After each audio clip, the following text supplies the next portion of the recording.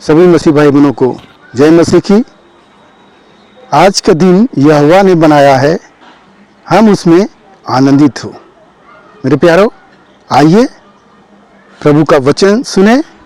जो भी चिंता परेशानियां है प्रभु के हाथ में सौंपिए।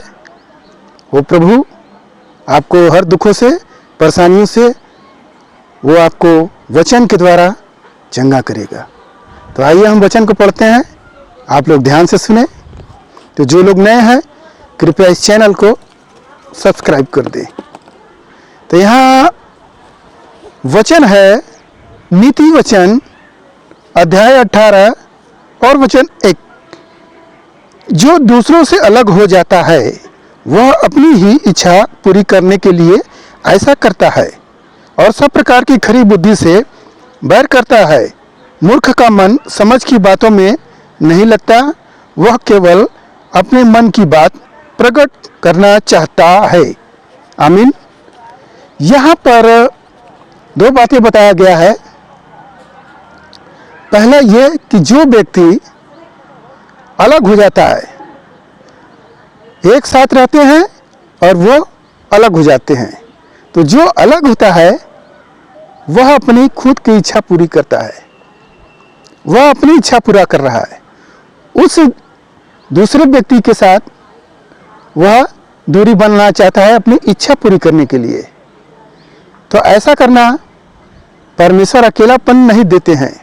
परमेश्वर चाहते हैं कि मेल मिलाप के साथ रहो, आनंद के साथ रहो, परंतु यह व्यक्ति अपने इच्छा पूरी कर रहा है। तो जब वो अपनी इच्छा पूरी करेगा तो वो खरी बुद्धि से वंचित हो जाएगा, दूर हो जाएगा, उसे वो बुद्धि नहीं प्राप्त होगा। वचन में लिखा गया है। यहाँ पर ऐसा क्यों लिखा गया? इसलिए लिखा गया कि जब व्यक्ति अलग होता है तो वह उस व्यक्ति को हमेशा याद करता है। क्यों याद करता है? क्योंकि उसका मन हमेशा उधर की ओर खींचता है, उसे बार बार उसी की याद आती है। तो मेरे प्यारो, यहाँ पर इसलिए हमें चाहिए कि हम एक साथ मिल मिलाप के साथ रहें। दूसरा यहाँ पर लिखा गया है बात कि जो मूर्ख होता है, मूर्ख समझ की बात को सुनना नहीं चाहता। जहाँ समझदारी की बात होती है वह उसे सुनना नहीं चाहता है। कहीं चुगली हो, कहीं कुछ भी हो तो उस पर मन लगाता है, बल्कि वहाँ पर वह लगता है बोलने, क्योंकि उसके पास बुद्धि है नहीं, मूर्खता ही है।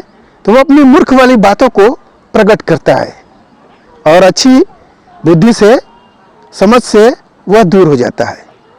तो चाहिए कि जहाँ कहीं सत्य वचन हो रहा है तो उसका ध्यान से सुनो, उसको बोलो मत बीच में।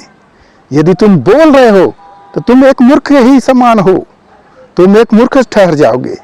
तो मेरे प्यारो, हमें चाहिए कि हम मूर्खता का काम न करें, बल्कि हम ध्यान से सुने। वचन सुनेंगे तभी आप समझदार होंगे। अगर सुनाने लगेंगे तो फिर क्या होगा? आप बड़ा हो गए, बनने वाले हो गए, समझ आपका कहाँ रहा? हाँ, इस सत्य वचन को जो पवित्र बाइबल है, इसके बारे में जितना तुम बोलोगे परमेश्वर तुम्हें और ज्ञान देगा। परंतु संसार की जो किताब को अगर पढ़ोगे उसमें उतना नहीं बात है, परंतु इसमें आपको हर तरह का ज्ञान से परमेश्वर परिपूर्ण कर देंगे। हालेलुया। तो मेरे प्यारो, आज के इस वचन से आप लोग जान गए होंगे कि हमें दूसरों से अलग नहीं होना है। हम अगर पति पत्नी हैं या मित्र हैं या मेरा बेटा है तो हम साथ में रहेंगे, मिलजुल के रहेंगे। परमेश्वर ने आदम को बनाया, अकेला था। परमेश्वर ने कहा देखो संसार की तमाम जीव जंतु हैं, उन्हीं में से किसी को अपना साथी बना लो, परंतु उसे कोई नहीं जचा। अकेला से उदास था तो परमेश्वर ने उसके लिए हव्वा बनाए और हव्वा बनाए तो वो खुश हुआ। तो परमेश्वर ने उसे जोड़े और परमेश्वर बोले तुम दोनों एक तन हो गए, पिता से दूर और दोनों एक तन हो गए, यानी कि दोनों एक साथ रहोगे, अलग नहीं रहोगे। तो हमें एक साथ रहना है परमेश्वर की महिमा करते हुए। हालेलुया। तो मैं आप लोगों के लिए प्रार्थना करता हूँ। महान परमेश्वर, हम आपका धन्यवाद करते हैं इस मुसीबत आज के दिन में प्रभु, जो यह वचन मिला पिता, जितने ने सुने पिता परमेश्वर, उन्हें आशीष मिले प्रभु, उनके घर परिवार में सुख शांति बनी रहे प्रभु, वह अलग होने वाला ना हो प्रभु।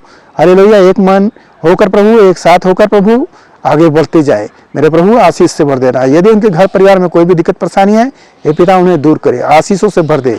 धन्यवाद करते हुए प्रार्थना यीशु मसीह के नाम में, आमीन।